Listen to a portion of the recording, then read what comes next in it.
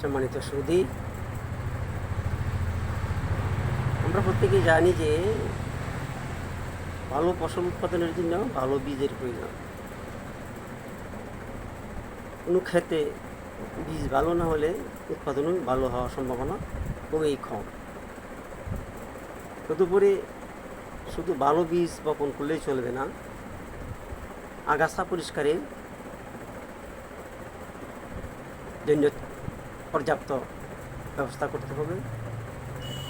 আগাছা থাকলে বীজ ভালো হলে উৎপাদন হবে না, এটাই বাস্তব। তেমনি আমাদের দেশের রাজনৈতিক ক্ষেত্রে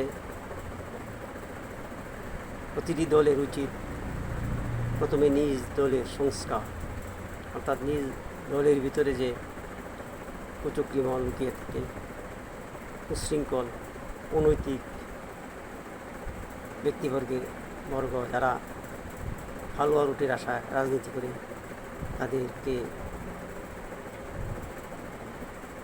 যাচাই বাছাই করে দল থেকে বহিষ্কার করা,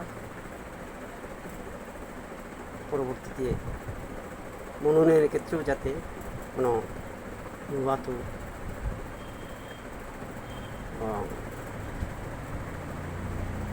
স্বার্থপর ব্যক্তি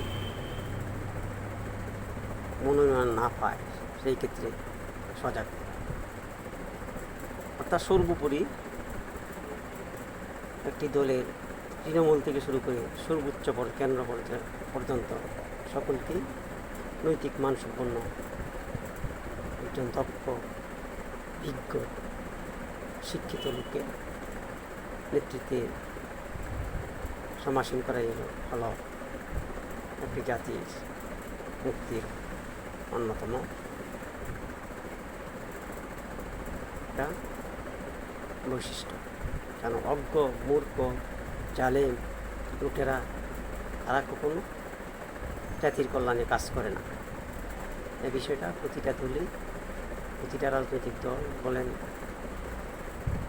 প্রশাসনের কর্মকর্তা বলেন, সবাইকে এই বিষয়টা উপলব্ধি করতে হবে।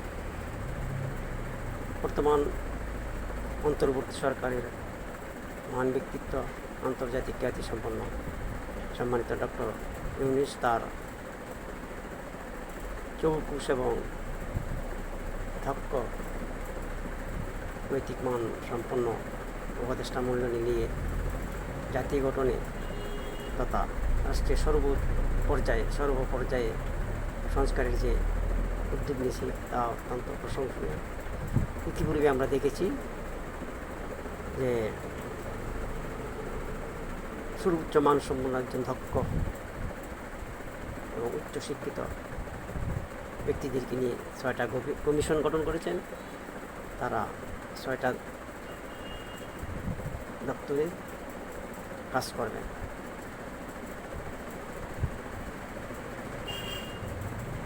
এবং আজকে পত্রিকায় দেখলাম যে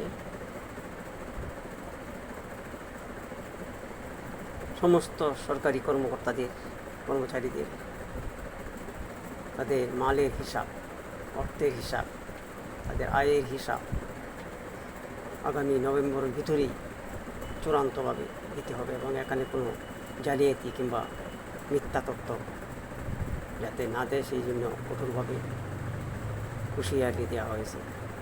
বলা হয়েছে যদি কেউ মিথ্যা তথ্য প্রদান করে কিংবা কেউ নিজের অর্থনৈতিক অবস্থা গোপন করে তাদেরকে পদ থেকে বহিষ্কার করা হতে পারে, শাস্তির বিধান করা হতে পারে এবং কি তাদেরকে বিভিন্ন লঘু এবং গুরুদণ্ড দিতে পারে।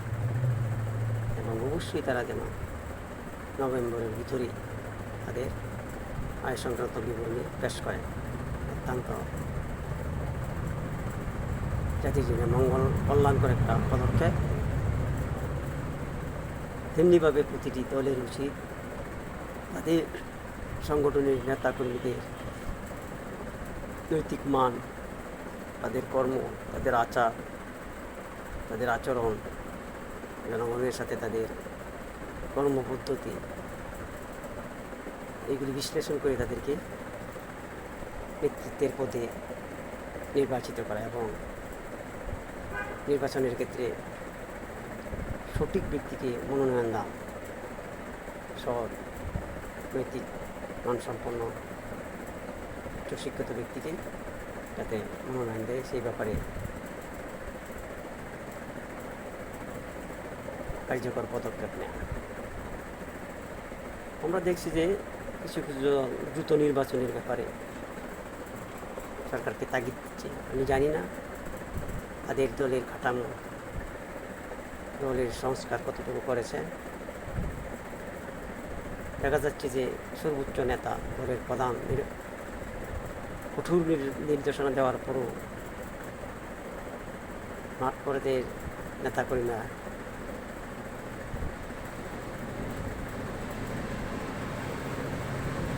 অসামাজিক কাজ বা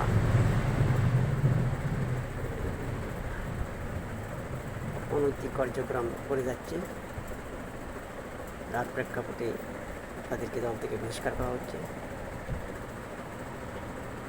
শুধু বহিষ্কার না, তারা যাতে কোনোদিন দলের ভিতর ঢুকতে না পারে সেই দিকেও খেয়াল রাখতে হবে। এমনি করে যদি প্রতিটি দল নিজেদের সংগঠনকে দুর্নীতিমুক্ত, সন্ত্রাসীমুক্ত এবং অজ্ঞতামুক্ত ব্যক্তিদেরকে নেতৃত্বে বসান, তাহলে অবশ্যই তা জাতি আগামী দিনে জাতির জন্য অত্যন্ত কল্যাণ বয়ে আনবে, এতে কোনো সন্দেহ নাই।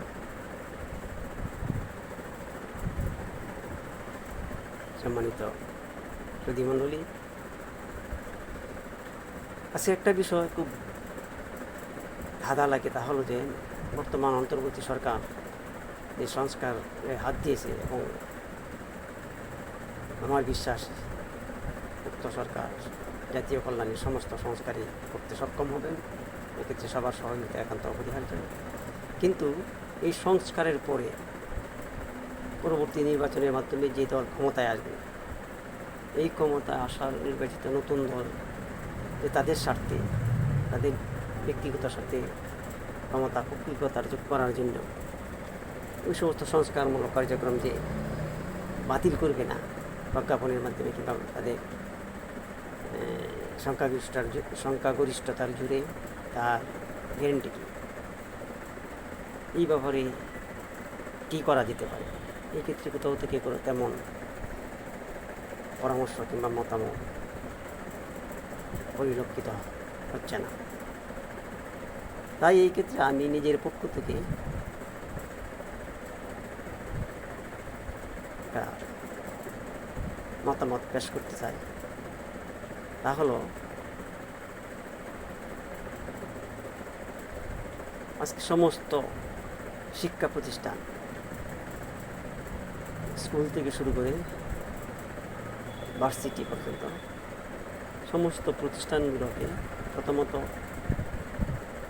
লেজুর ভিত্তিক বা দলীয় রাজনীতি থেকে মুক্ত রাখা এবং সম্পূর্ণভাবে নির্দলীয় একটা ছাত্র পড়া গঠন,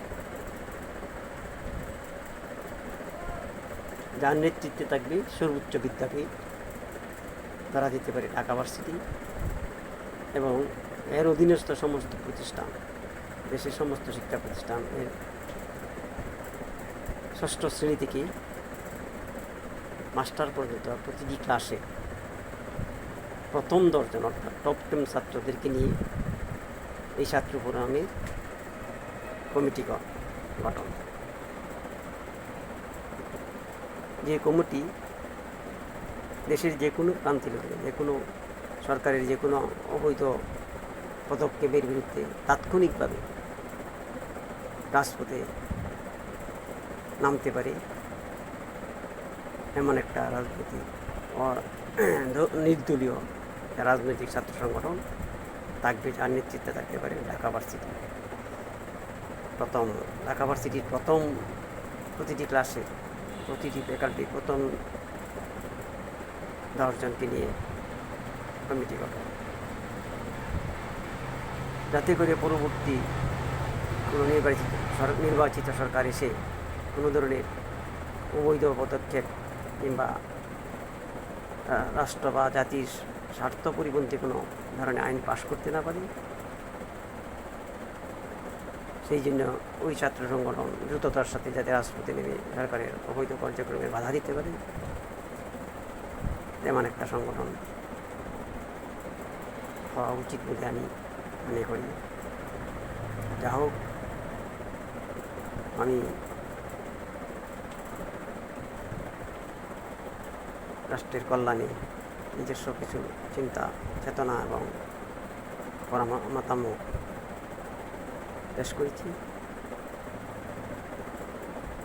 যদিও দেশের অনেক বিখ্যাত ব্যক্তিগণ আছেন, প্রাক ব্যক্তিগণ আছেন, এদের কাছে আমার অনুরোধ, আমার মতামতগুলা পরখ করে যদি গ্রহণযোগ্য মনে হয় তাহলে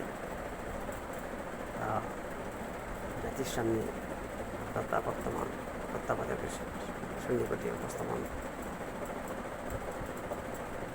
করার জন্য অনুরোধ জ্ঞাপন করছি।